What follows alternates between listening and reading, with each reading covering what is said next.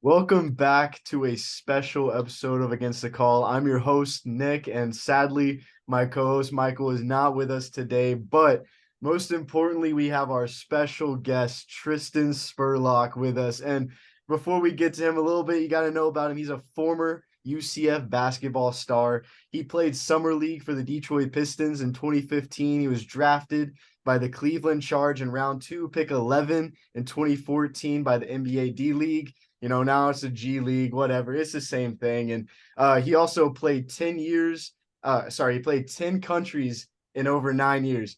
Crazy Yeah. stat line there. And now he's back in the mainland, as a director of player development and the director of recruiting at the University of Iowa men's basketball. Tristan, how's your day going so far?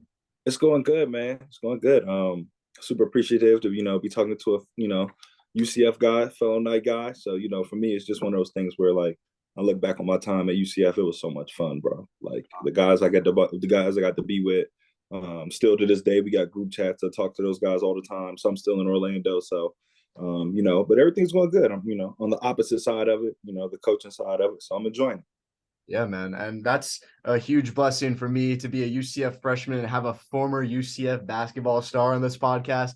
Man, what a day. What a week too. Had some very special guests. Now we have a very special one with us. And you mentioned like you played at UCF and stuff like that, but you were actually born in Virginia. You're a Virginia Yeah. native. And you had a lot of Power Five schools, contacting you, hitting you up, trying to get you to join their squad. But you ended up going to University of Virginia your freshman year. Was that your first choice?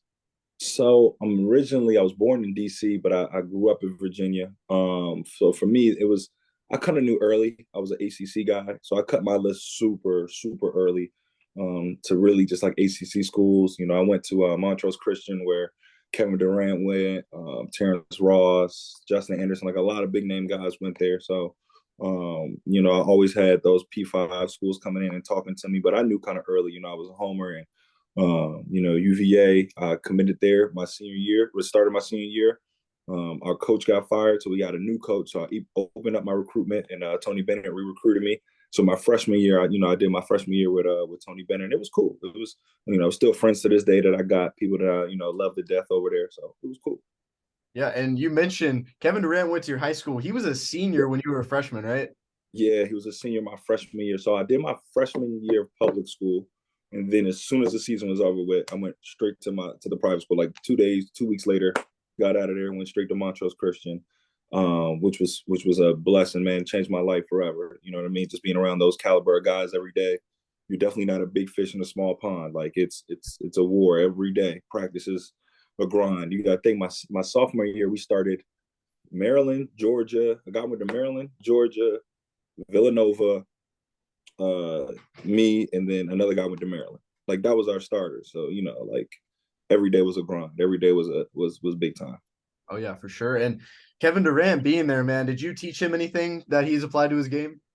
No, that is a no. I will not sit here and lie because he will find this and he will say something. So no, no. One thing I took from him though is like how hard he worked. Like, and it's crazy because he's not the KD we see now. Of course, he wasn't that dominant, but he was still number two in the country behind Greg Oden, and he was just special, man. 6'10", 6'11", could shoot it, put it on the floor. Super skinny though, but he just was a bucket, man. I remember like my first couple of days working out, and I'm like, nah, I'm not this. If this is high school, I gotta go back to where I'm from. This ain't it. He's killing me. I'm like, he's kicking my butt. So then you have that. Then he goes and has a year. He has a Texas. You're like, whew, thank you. Like it wasn't me. Like it makes sense. So it was good. It was fun. It was definitely a lot of fun.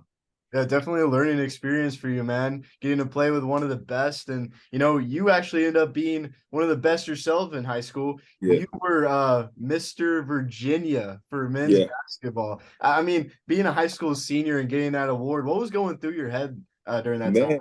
It was tough for me because I ended up transferring my senior year to a really small high school, really close to home. I was going to go to Oak Hill. I was looking at some other schools, but my mom begged me to stay close because Montrose from where I live was like an hour and 30 away, and I did that every day with traffic. So my mom was like, "Hey, we know where you're going for college, so stay close to home." So I picked like a really small Christian school, like maybe 15 minutes away from the house, and I was able to, just hoop. And it was great environment, great people.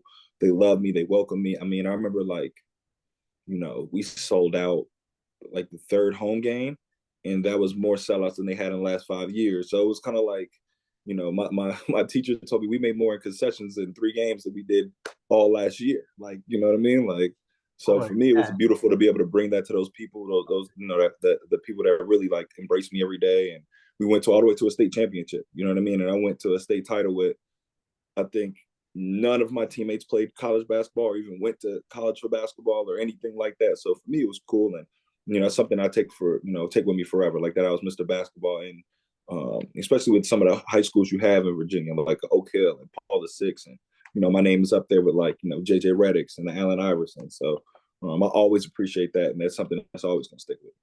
Oh yeah, super solid to always carry with you, man. I mean, bringing in those kind of numbers, that's insane, especially Yeah. for a high school basketball game. And my coach was really like, he was super like respectful of other teams that we played that didn't have the caliber. Like, so like sometimes he'd be like, all right, first or second. And I'd be like, second. He'd be like, so you go play the second quarter, third or fourth, fourth. All right, you go play the second and fourth. I would play games like that, like with just 2 quarters. And it was like teams would be like thanking him afterwards, like, thank you for not like us getting embarrassed like that. So for me, it was cool. Like I'd already committed to my school. I was really, I got invited to the Capital Classic, which is like a real big deal back home. LeBron James played in it, Carmelo, guys like that. So like I got invited to that. And once I, kind of knew what I was doing, I was super comfortable in myself. I just wanted to go out there and have fun every night. Oh yeah, I mean, that's a super big accomplishment and stuff to be at that kind of level, something that even LeBron James played in, man. That's Yeah, that was crazy. And then insane. being on the first team of that was big time. That was cool. Like when I like, it's weird because I'm only 32. So like looking back, it's weird. You know what I mean? But I'm done. So like sometimes I, look back and be like, daggone, that was cool. Like I did that. Like that was fun. But now you just kind of shift into another gear as far as coaching and stuff. So hopefully when my kids get a little older, I got 2 little ones. So when they start asking questions, I could brag a little bit more. Yeah, you can tell them all kinds of stuff. You can make up stuff until they go to the Oh, Google. for sure. Yeah, yeah. I had 40 in the game. Oh yeah, I had 40. Yeah, for Now sure. you do All mention types your of stuff. kids, man. Are you kind of already influencing them to get into basketball a little bit? I would say no, but I'd be lying.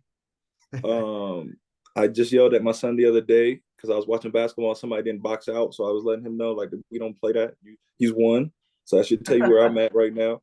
My biggest thing, though, is just I want to make sure I'm dad.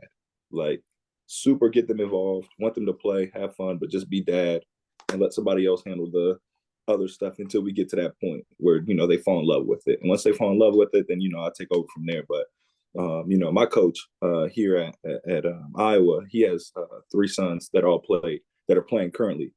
Connor just finished up his senior year. Patrick is in the middle of his junior year, about to be a senior, and then his youngest son plays. So, for me, just being able to watch him and take, from him how he interacts with them, being dad and still being coach, and I think that was something that I take a lot of notes from for sure.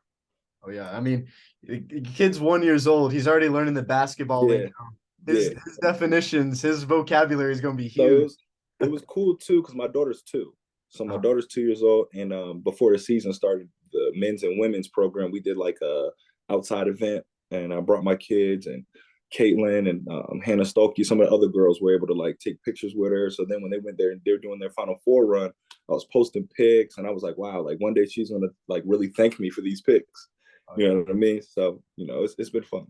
So you were able to meet Caitlin Clark, right? So how Oh, was here every day. Yeah. yeah, yeah. How was that? How was that? How was that to be around her, man? It's cool. She's super. I mean, all the girls are super cool, man. Like even the guys, man, they're super humble. I think what gets caught up in today's age of athlete and getting this much money is being able to stay humble and know what to do with that money. I mean, like, I just don't know at 20 years old if I could have handled, the media, social media. Like I had Twitter, I had Facebook, I had, Instagram, but it wasn't like this where people were betting on games and DMs and after a bad game. I had my share of bad games, and I don't remember, back then it was more message boards. You know what I mean? So like But our girls and our guys here are the best. They're super cool, down to earth. I bring my daughter in, they hug her, they give her high fives, and it's like a family here for sure. Yeah, the atmosphere is great. I mean, Yeah, you're partaking in all of it. You're kind of rubbing off on some of those people as well, being yeah. the director of player development there. And we'll get to that very shortly. I got to ask you this: when you played in high school, was it only basketball, or did you play some other sports as well? So my dad, growing up, my dad was an NFL agent, and that was like religion in the house. Like I remember, like today's, I know for a fact that today's the draft. And Mhm. growing up, I just remember how important the draft was. Like the draft, I watched, and this is when the draft was like long draft for the whole weekend, like every day. Like it was grueling. And I remember being like 6 and watching the draft, and I thought that's how I was going to be a football player. But my dad's only 5'10", and I'm 6'8", almost 6'9". So like at one point, I was kind of like 6 foot in like sixth grade, and he kind of was like, I don't know. I think you might grow a little bit, but he just couldn't project it. So I played football and I loved football. That's my first love to this day. I can watch a football game. Give me 4 games and I'm good. Give me my NFL red zone on a Sunday, chill out. I'm good. That's like a perfect day. So, I loved football growing up. I stopped early and I just, basketball was more so like what he thought, like, all right, that's what you're gonna be able to do. And for me, I was really good young. Seventh, eighth grade, I was dunking and, I had contact with coaches in eighth grade. So it was really cool. Now, if you could play football, what position would you play? That's where the debate comes in. He would tell me I should have played quarterback. You Okay. know what I mean? Like with my size and my arm, but I was good at that. But I thought I was Randy Moss. You know what I mean? But that's where the debate comes in. Let him tell it, quarterback. Let me tell it, next Randy Moss.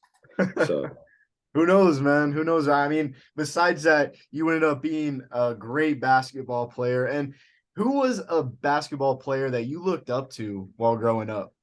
man, it was two for sure. As I got older and more mature in my game, it was Kobe. But growing up, it was Allen Iverson and Tracy McGrady.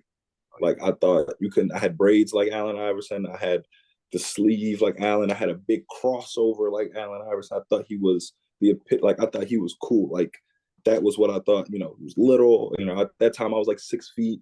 You know what I mean? Like I thought that was it. I was playing with the older guys, and he had a chip on his shoulder. I had a chip on my shoulder, but as I got older, I started being a little more lanky and longer and taller. I thought Tracy McGrady was somebody who could just get a bucket effortlessly. And so me, that was kind of my generation of guys I looked at.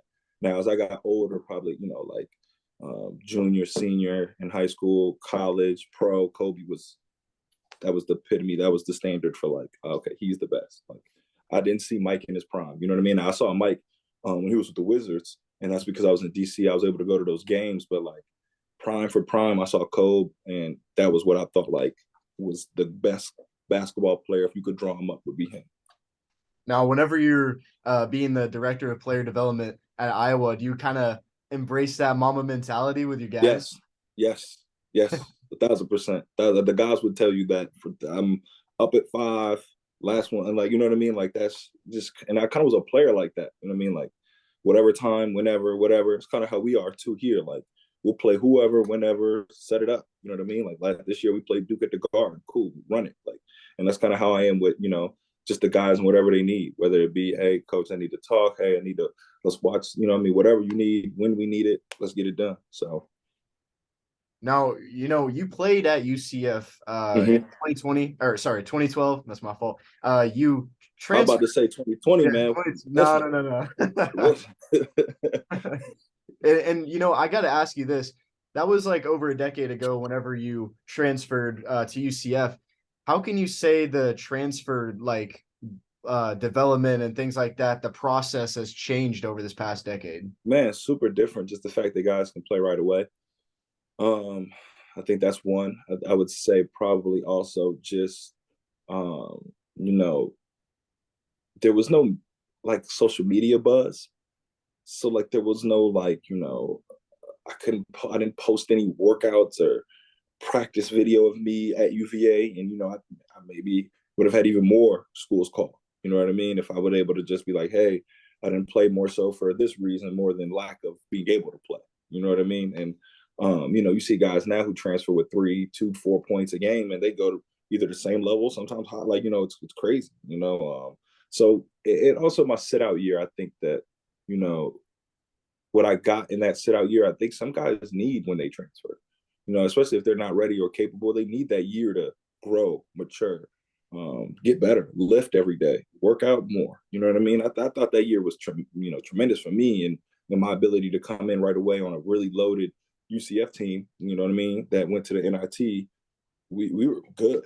You know, we had guys. So, you know, for me, that was good for me to just be able to. We beat Memphis for the first time in school history when I was there, and that was like 4 guys from Memphis went to the NBA. Will Barton was on that team.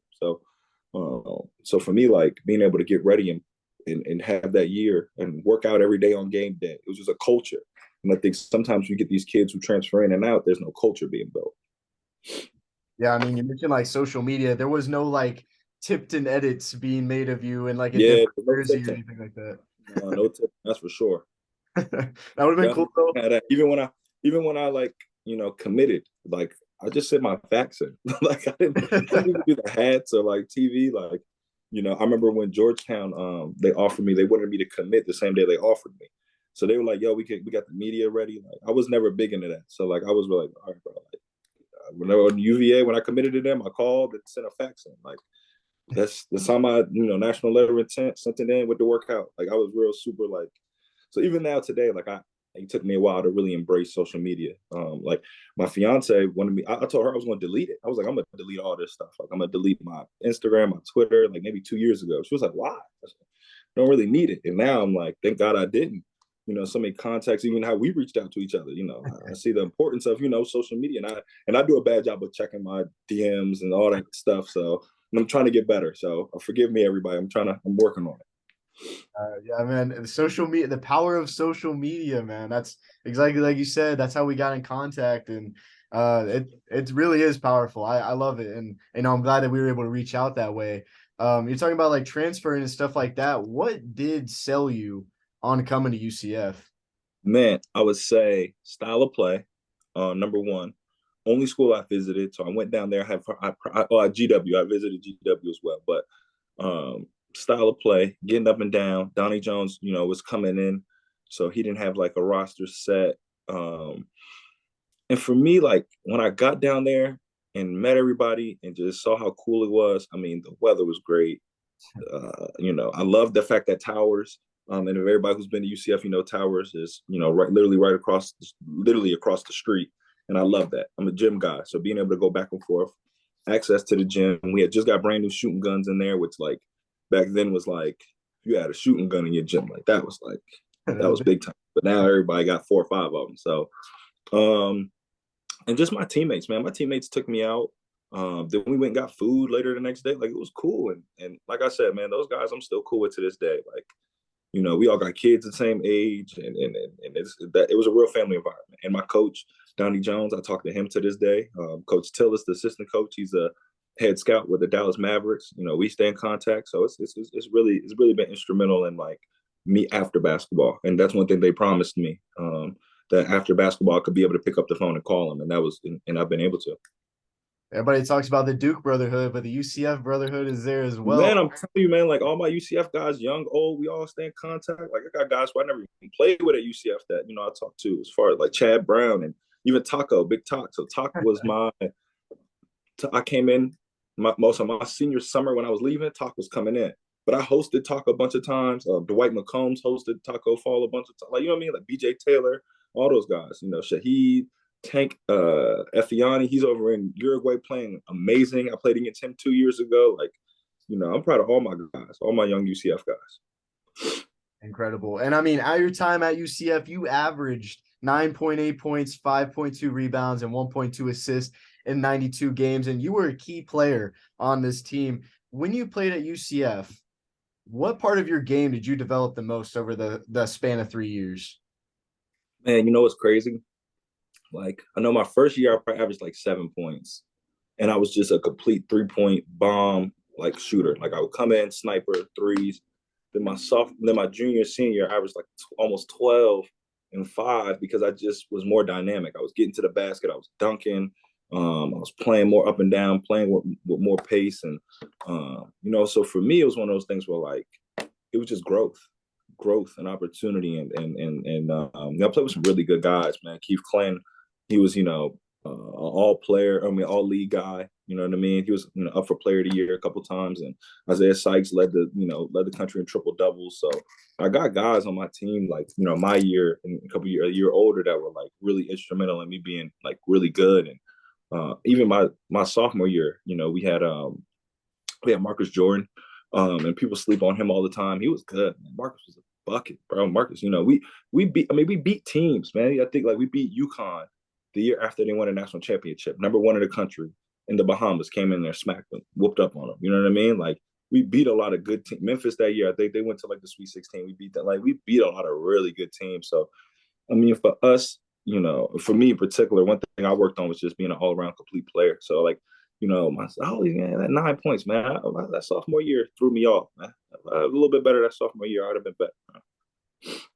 I mean, yeah, you're putting in the work both mentally and physically, but specifically physically, what was a drill at practice that you just hated? I wasn't a good warm up guy. Like I would sneak to the bathroom. I hated warming up. I hate doing the basic like ball, like the stretch. I just wanted to hoop. Let's get the coach. Roll the balls out. Let's play. Like this warming up stuff. Cool. Like let's get to the 5-on-5. So anytime I could, I gotta use the bathroom, and so now when the guys do it, I'm always like, all right, bro, that was my trick. But Coach Jones was cool. We didn't do a lot of drills. We just played a lot. 3-on-3, 4-on-4. Some days you come in and be a 2-on-2 tournament, 1-on-1 tournament. So like it was a lot of competing, and I love that. Yeah, you don't let it slide with your guys, if they pull the I bathroom. do. I You do? do. All right. Yeah, I know. Go ahead, bro. I know what's up. So, you gotta, you hard on some stuff, easy on other stuff. As long as when it's time to go to work, you're ready to go to work. I'm good with you. I got you. And in 2014, you graduated with your degree in communications. What did you plan on doing with that degree? Honestly, I wanted to do I wanted to be on ESPN. Like that was one of my big goals. Like I wanted to do TV broadcasting. Like, I never saw myself as a coach. I never saw myself as a trainer. I never saw myself, getting back into it. So when I got my degree in communications, what I wanted to do was, I was going to go straight into, trying to work for ESPN. Luckily for me, I had 8 or 9 like NBA workouts. And then, from there, I got a chance to do summer league because of how good my workouts were. And, so for me, I was gonna think about going straight into broadcasting and getting into like TV. Yeah, I mean, you wanted to work for ESPN. Would you want to like broadcast like basketball games? Is that your Yeah, main? specifically, like TNT and stuff like that. And Yeah. we had a UCF show, and sometimes I would do a lot of the talking up there. It's on YouTube still. They still got the facility tour, and it's hilarious. I watch it with my kids sometimes. They laugh, Daddy. So it was really cool though. The way they allow me to like grow in that aspect of. I did the behind the scenes tour. I did like player intros and media day stuff, and they let me really grow in that aspect of talking and being in front of the camera. Is it completely out of the equation? Could you come back to maybe revisiting that idea in the Oh future? no, I don't know. I love this. This is fun. This has been a new challenge, and I let that be where it's at. I gotta let that stay where it's at. But this has been great. This has been getting into coaching year one. July 1st will be a full year for me, so this has been amazing. Oh yeah, most definitely. And you're talking about some YouTube videos out there. I watched your lengthy highlight video reel Oh, on YouTube, man. I've seen you dunk on a lot of dudes on that highlight reel. A lot of USF players love seeing that. When you're not dunking on them or passing flashy assist, what was your favorite basketball memory from UCF? the dunks maybe. I would say the USF dunks, but those we lost those games, so I kind of like it was fun, and it was all packed when we played them.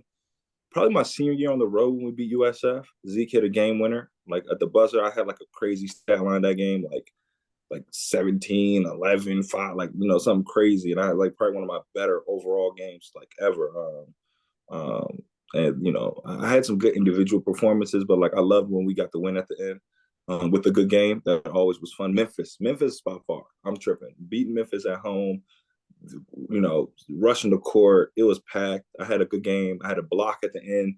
I had like 9 and like 4, something like that. Like a big time block at the end that to help it, a rebound. Like that was big time. That was it. That It's was awesome. yeah, that's one. Yeah, for sure. Yeah, I mean, We had a lot of fun times, but that was crazy. rushing the court, man. That's a Going to the library after was crazy too. I don't even know if that's there no more. Night library. yeah, it's still there. It's still Still there. there? Yeah. There we go. That's There we awesome, go. man. I mean, like, I'm sure that you've had a lot of great memories like on the court, and I know how tight knit teammates can be. Do you have a Mm-hmm. favorite memory from the UCF locker room with the guys? Mm, man, I don't know any I could say. Let me think. Man, we were crazy. Like we were crazy as far as like we hung out together all the time, and more so out the locker room, like in towers. You know what I mean? Like you would come in towers, and it'd be like 80 of your teammates in there, all chilling. Just you'd be like, "Yo, I see y'all all day." Like I would go in my room, and Keith Clanton would be in there, or like Dwight McCombs. He had a projector in his room, like a big old projector. So sometimes I would go in his room and just he had this big like California king bed. I don't know how he got this bed in the towers, like, and he didn't have the regular twin. So I would go in his room and like knock everything off and be in there and go to sleep. And he'd wake up and be like, "Bro, like you got a room right down the hall, like the projector on." Like, yeah, that was my god. That was like my big brother. So like I was always getting on his nerves, but just like only Amar Thompson had one car. You know what I mean? And we jump in his car and just get to where we had to get to. Like I didn't have a license till I was 21. So like I was bumming around. I was always jumping in somebody's car, hopping in here, and then my best friend, to this day, Rod Days, he came in my sophomore year, junior year, my sit out year. And he came the next year. So my sophomore year, his freshman year, like boys to this day. I mean, he was like, "Bro, you got to get your license. Like we could have a car." My mom gave me a car. She was like, "You have a car, get your license." I got my license that summer, but he taught me how to drive. He would get cars from girls, give me the keys, and we would just go drive, like, just drive. So like stuff like that, man. Like where it was just like fun college stuff, nothing crazy. Nobody got into like trouble, and we just we're boys. We type plenty of Xbox and PlayStation fights over 2K, and guys putting the sliders up and cheating. Zeke would cheat all the time, and he was undefeated, but he had guys playing at 99 speed. Like I'm talking about like crazy stuff, but to this day, I still remember it. And when I see him, we all talk and laugh, and we plan trips to see each other in Orlando. So it's been a lot of fun. You still play 2K at all? You ever run it And up? oh, I do not.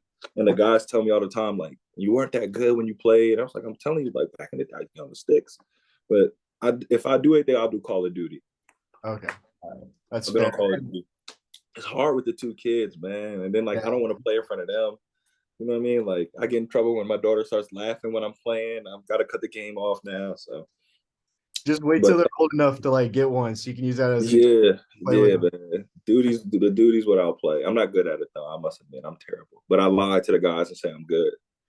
Like I didn't even have the right updated game. I had the old one, whatever the old one was. I was like, "Yo, get online, bro. I'm online." They're like, "Tris, this is old. Like you got last year's game. That's why you're not on, bro." Oh shoot! So I had to buy the new one.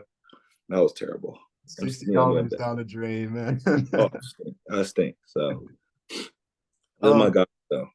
yeah. Now, Tristan, I did do my research, and I was able to find that you had a rapping group named New Era, Wow, UCF. Man, how did that come wow. about?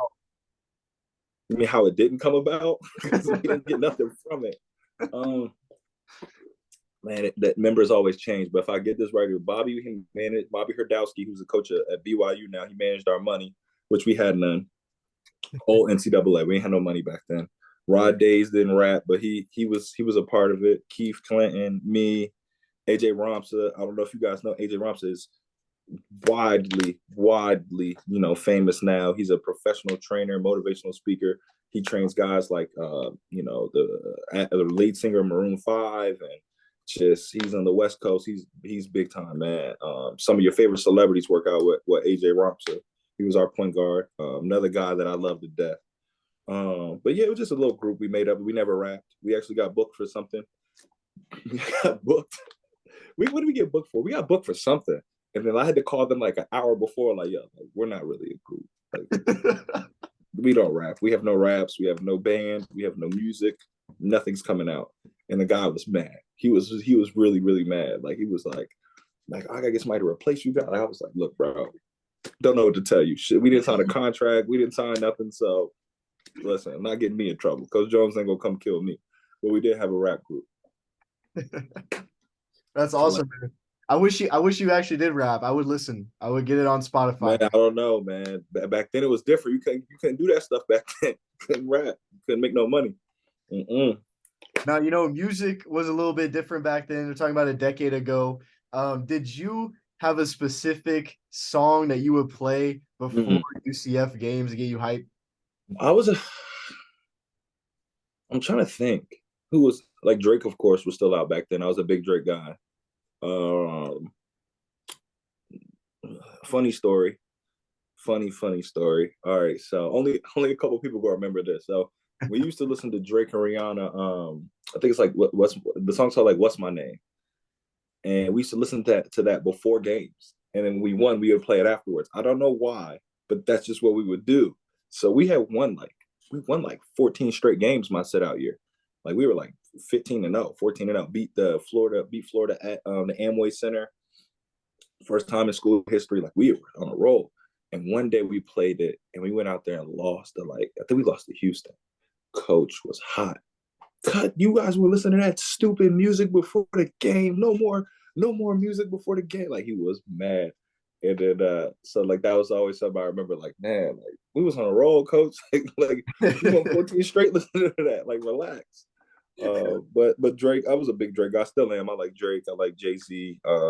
Wale, I'm from DC, so I listen to a lot of Wale. J. Cole had just dropped Friday Night Lights. That was a huge mixtape. But yeah, music wise, I was good to go. You could have played Beethoven for all I cared. I was locked in. I had energy, so I don't care what we put on, as long as it was, as long as it was time to play, I was good. Always locked in, man. And before games, whether it's the songs or whatever, did you have any like superstitions I before did, games? man. I had one. I just had one. I would put my, on the Nike Elite socks. It was left and right. I would just switch them. That was the only thing I would do. My left on my right on my left. And never wear black socks. I never wore black. I hated black socks. Don't know why. I just didn't like it. I got a lot of flack for it when we were trying to match. Not doing it. Dang, that's an interesting superstition, man. I love that for sure. And I gotta ask you this: once a night, always a night. How are Yep, you yep. feeling about the Big 12 transition for I'm UCF? excited for those guys, man. So I was a part of the transition that went from Conference USA to American Athletic.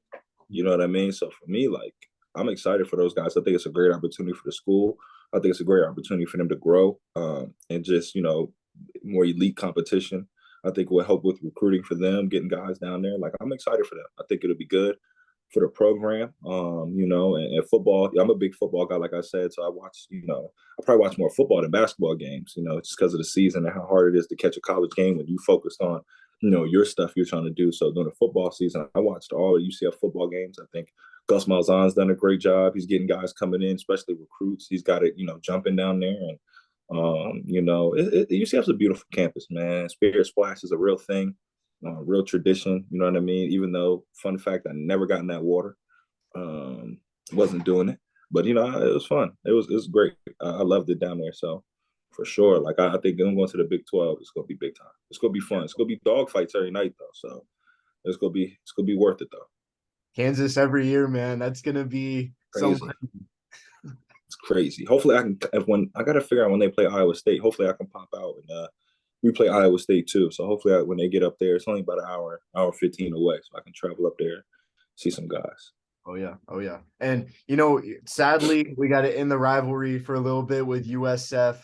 Yeah. What is going on with that? How do we not do? It's not like because Iowa, we play Iowa State every year, mandatory no matter what.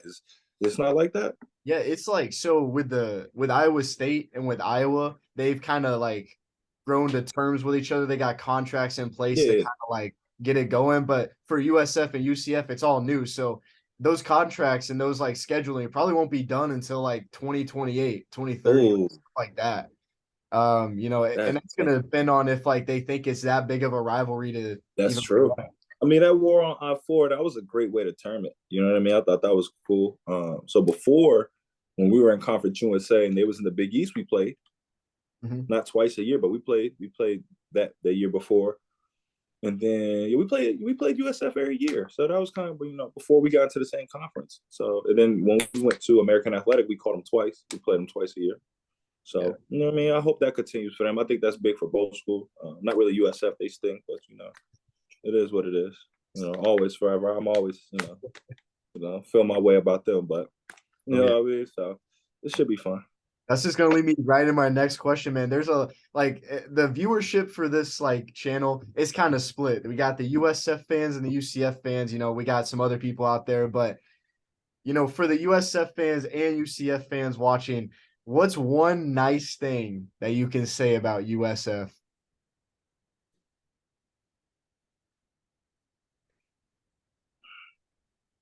Oh, shout out my boy Victor Rudd. That's it. Victor That's Rudd. That's it. it. My USF guy. If you're a real UCF guy, you know who Victor Rudd is. That's it. That's all I'll say. Shout out Victor Rudd. That's my man. Other than that, the green is ugly. Who wants that green? It's nasty. And then they try to like brighten it, like make it. Oh my gosh. Then there's like 8 people at the game. Like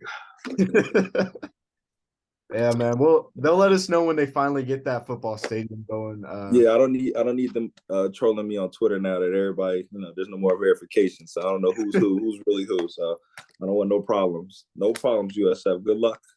Yeah. Good luck. Good luck. Twitter, if you're listening, get Tristan his verification badge back Yeah, for I need sure. 1 million followers, they told me. Because I'm cheap. I'm not paying for it. So I need 1 million, they said. Not happening. It's gonna happen. It'll happen. It'll happen one day. I need it. I need it back. I worked hard for that. For sure. And you worked hard just in general, and especially at UCF. I mean, this will be kind of one of the last college questions I kind of have for you. What Mm-hmm. would be the best atmosphere? What was the best atmosphere you've played at during your college years? Man, it was nothing like when we were jumping, man. We had some great home games, not even just versus Memphis. I remember versus Southern Miss, man, at home. I think my junior year, it was rocking in there. That was one of the best environments, man. We came away with a close win.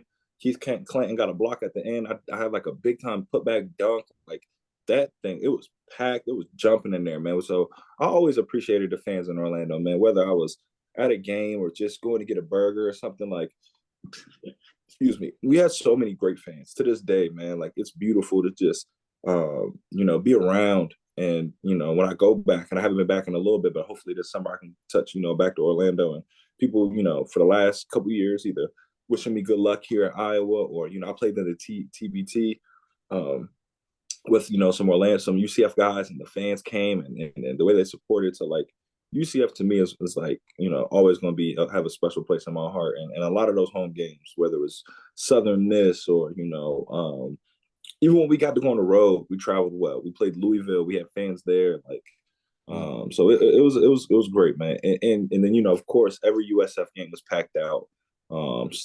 Everybody was there, so it's not star studded now. Now I see guys from the Magic coming, but we used to have the guys from the Magic come play pickup with us, and we had the place. It was the spot to come hoop at UCF. I don't know if it was because they enjoyed the scenery, and a lot of them were young, so I felt like they're back to college. But they always used to come to UCF and hoop. Crazy, man. I didn't even know that. That's cool for sure. And Yep. I mean, that's awesome. As for you and your draft process that you went through at the beginning, did you have a specific team that you kind of were hoping would draft you? No, man. I mean, for me, I was kind of knowing I was going to go undrafted. So like, so my junior year, I was going to do some NBA stuff. I broke a bone in my throat, and I missed the last 3 games of my junior season. I broke my hyoid bone. I got hit. I got elbowed, so I was out. So I missed a lot of the summer. So my senior year, I kind of started off a little bit. I did okay. I had some big games early, struggled a little bit here and there. So I kind of knew like I was going to have to go undrafted. So I didn't have my first workout till later in the process. And then I had a really good Utah workout, and word spread. So the next day, literally, I was going to go home, and boom, flew from Utah to New York, New York to Atlanta, Atlanta to Orlando, Orlando to Detroit, Detroit to back to Atlanta for another workout. Like, so, for me, my process went really quick. And then Detroit wanted me to come work out on draft day. And my agent was like, no, we're not going to go do that because, draft day, go be with your family, go to the movies or something. So I was going to the movies, and my phone's going off, and I'm like, oh, I just got drafted. I'm like, run out the movies.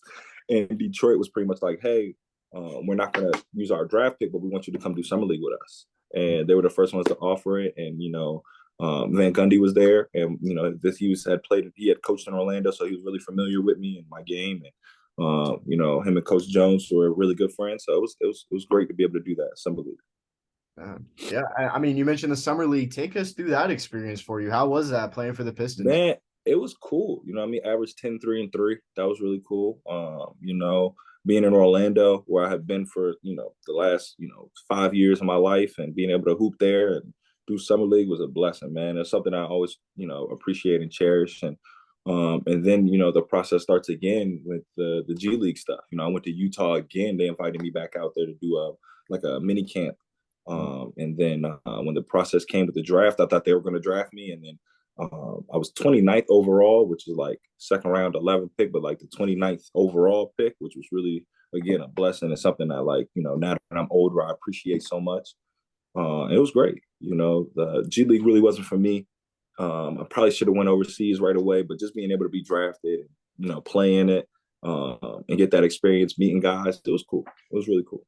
Yeah, man, it's still like a huge honor for you for sure. I mean, to Yeah. even have you on to be through the D League draft at the time, that's crazy. 29th overall, insane. And you've mentioned it yourself. You wish you kind of went overseas first. You played in 10 different countries. And Yeah, I'm, man. I'm sure that you've been asked this question quite a lot, but what was your favorite one to play in? You always love the first one. So for me, like my first overseas experience, I was in Hungary, and I went to the championship as a rookie. And like you get fooled, and you're like, "Oh, I'm gonna be back." Like first year, this is tough for y'all. And we played against Euro Cup team in Solnoke, and the budgets were so different. Like they had two guys on their team making more than our whole team.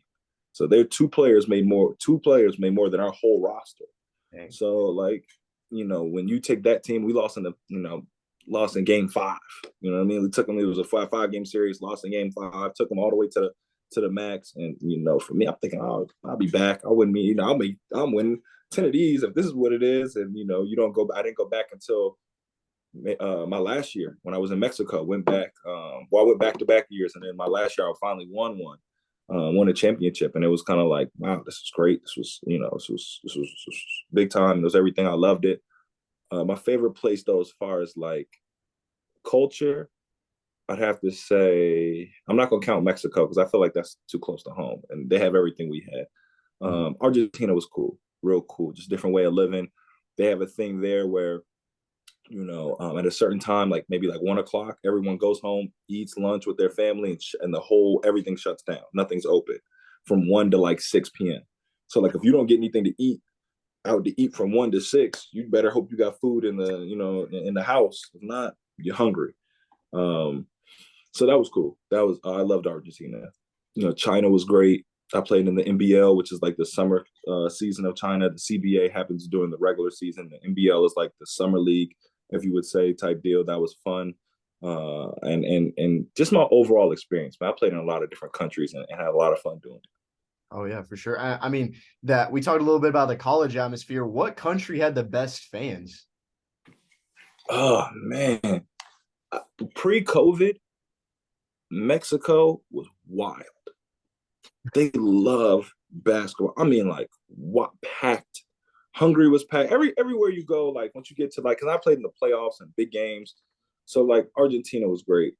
Fans, crazy fans, love you to death. They'll love you forever. Even in Europe and Hungary, like well after I was done playing, fans would always comment nice things. But Mexico, man, even to this day, like my daughter was born during one of my seasons. Fans were buying stuff off the baby registry. They were bringing me pillows and gifts, and it was crazy. So Mexico will always have a place in my heart. I loved it over there. That was awesome. Now, are you kind of like pushing for maybe if the NBA expands, Mexico City gets a team? Oh, for sure. They have a G League team. Mexico City Oh is yeah. a G League team, and I love that for them. And I think people go down there and they like, oh man, it's nice here. It's really nice. So yeah, for sure, I would love that. I would love for a team to go to Mexico. Mexico City's nice. We had a team that was in Cancun. I'm mad I never got to play with them. Without like guys, they were losing a lot because guys was chilling a lot, but it was nice.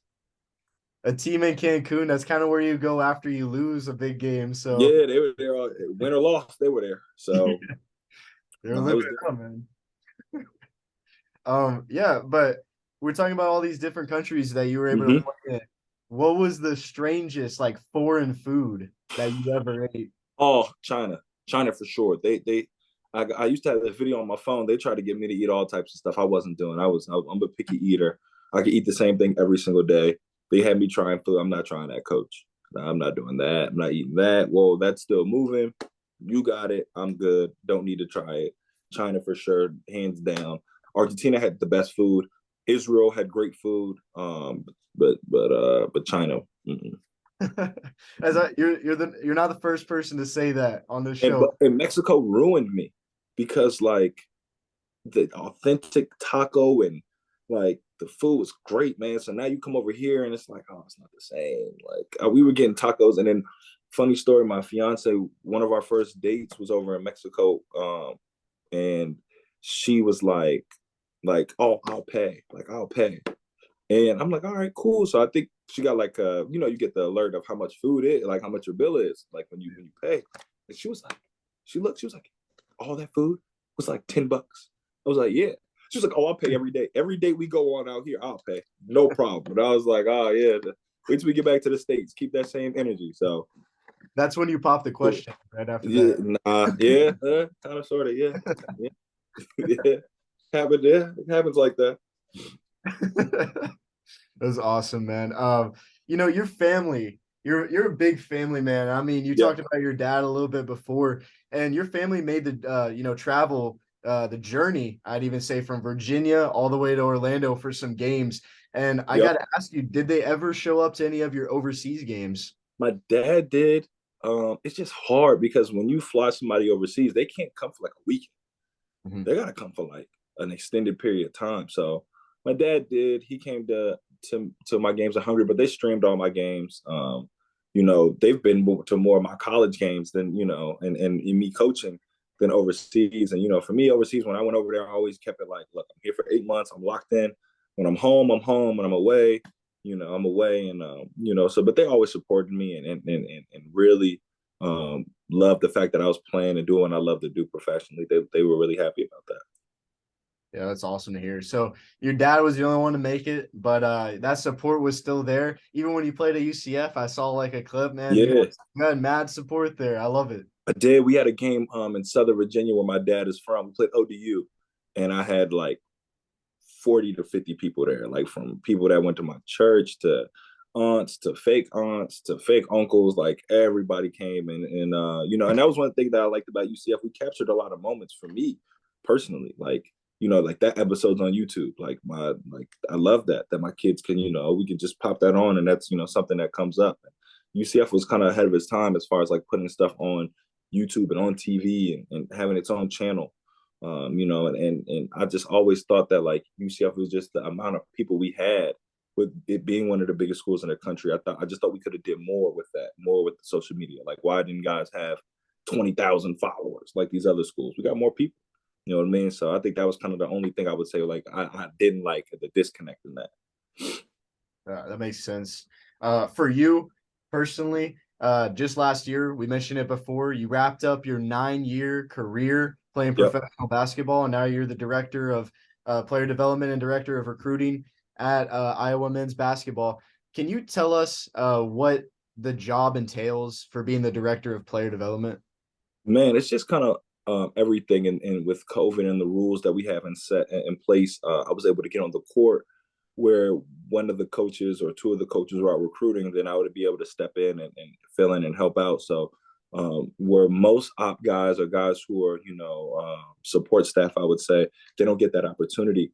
Um, excuse me. But for me, when one of our assistants were out on the road recruiting, I was able to help with workouts and be on the court and physically bump guys and get guys better. And then that was great. That was big time. And then with the rules coming up now with the NCAA, they're making it so you have two extra people that could be on the court at all times, no matter what. And I'm allowed to recruit starting July 1st. I'm allowed to make phone calls myself. But beforehand, I would maybe see a kid that I like, tell our assistant coaches about them, have them, reach out, or, if I knew the AAU coach, maybe have the AAU coach reach out to our guys and just help recruiting in that way. When they're here on visits, speaking to parents, telling them how great Iowa is and how much fun I've had here being a black kid from DC. I never thought I'd be in the middle of Iowa, but I love it here, man. And it's one of them things where you like, man, you don't understand how beautiful and nice it is till you get out here.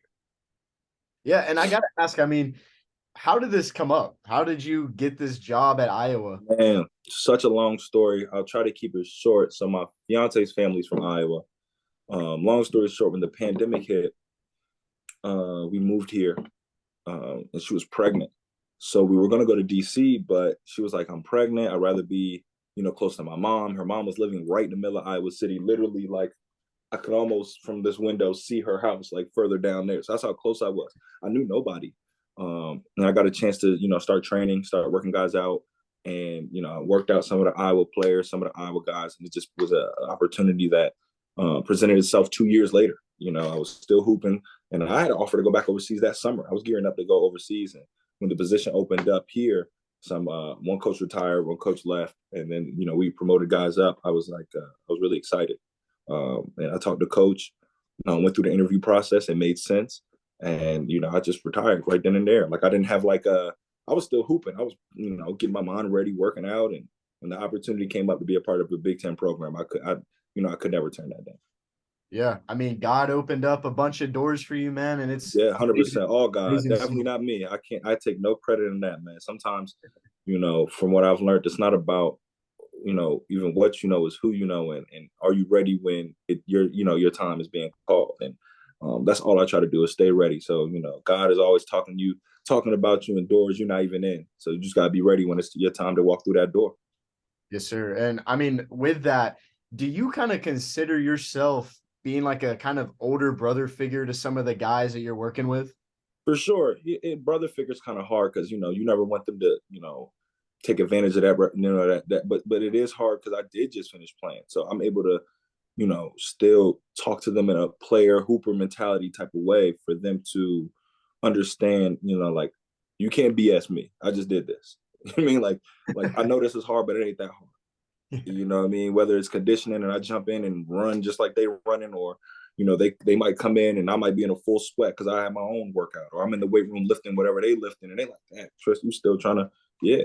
So like I'm telling y'all, I'm showing y'all like I'm 2 years removed, a year removed, but it ain't. You can do this. You can get through this. And then I always want them to go further than I went. You never take it easy on them at practice if you ever like Oh, guard no, nah. Because they'll dunk on you or they'll embarrass you. They'll try. You hitting them lightly with a little pad. They come full speed and dunk, and they do the little stud. No, not me. I'm not the coach for that. They do the little guy emote, like. Oh yeah, the little. Nah, not me. I'm not the coach for that. I can't do it. And you also are the director of recruiting there now too. And you mentioned it before. You would tell coach kind of like some guys you got your eye on. What is like some attributes and qualities that you look for in players to recruit? I think for us, playing hard is a skill.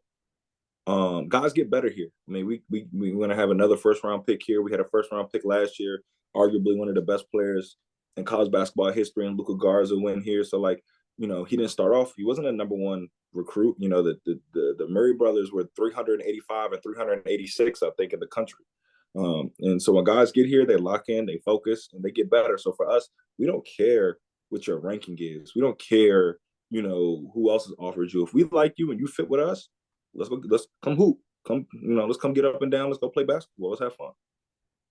Yeah, for sure. I mean, Luka Garza, man, Yeah, he's a stud. He's a stud, and you're a part of that. Like you're a key part of that, developing those guys into becoming NBA talents. And it goes as further as that as the head coach. They have a lot of qualities that they like. And I got to ask you, would you ever want to become a head coach in the future for man.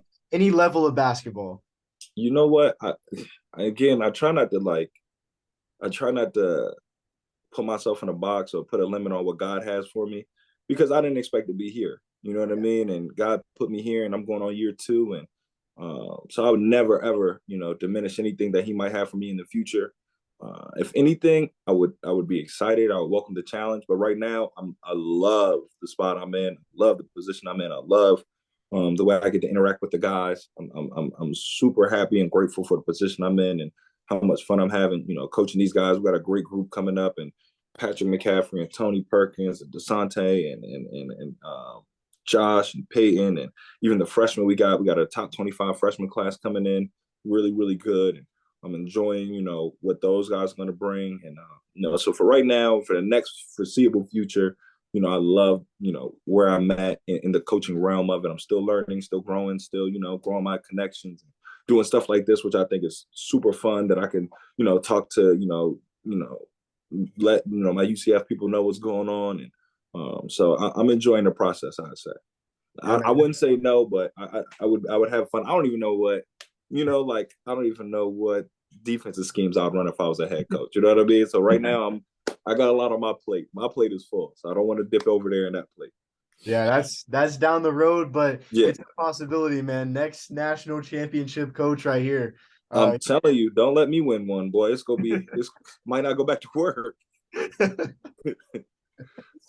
You might be definitely appreciating you got social media back, so you can tweet all you want after winning Oh, that. I'll be tweeting up a storm. I'll be the most tweetingest head coach, that's for sure. I'd be tweeting crazy. I get a national championship, so don't let me get one. So Yeah, man. no, but it's fun. Oh yeah, for sure. That's gonna be all my questions for you, Tristan. And Oh man, thank you. yeah, I'm definitely blessed to have you on, man. And the UCF listeners, they're definitely gonna want to listen to this. And the USF fans, they'll probably ignore it, but if they That's did, great. Ignore on. Keep ignoring. Charge on. Charge on. if they did listen, man, they'll they'll still be salty. But Tristan, man, we appreciate you so much for coming on our show. It means the world to us for sure. And we're wishing you all the best of luck for the University of Men's Basketball at Iowa and just everything in between for your life, man. Thank you so much. Appreciate you guys. Again, just being able to be on your platform and tell everybody what's going on with me. I have so many UCF fans who hit me all the time and ask me what I'm up to, or they'll see me on the sideline, coaching against whoever. And for them to, still be interested after all these years just shows, the people of Orlando are amazing people. I love them. I've had people send me my jerseys. Like my guy Sean sent me my jersey from, like, it was an auction. I think I left my senior night jersey down there. I don't know what I was doing, but somebody was like, "Hey, you're about to have a kid, about to have your son. He needs this more than me," and sent it to. I was like, "Wow!" Like big time stuff like that. I mean, so please, all my UCF people, don't be a stranger. Hit me. I'm getting better at replying and stuff like that. I'm still watching. I'm still, go Knights, charge on. So forever for that. So always, man. Thank you. Appreciate you. Oh yeah, for sure, man. You were amazing to have on, amazing stories for sure. And we hope to keep in touch with you, man. That's gonna end it for this special episode with Tristan Spurlock, and we'll catch you guys in the next one.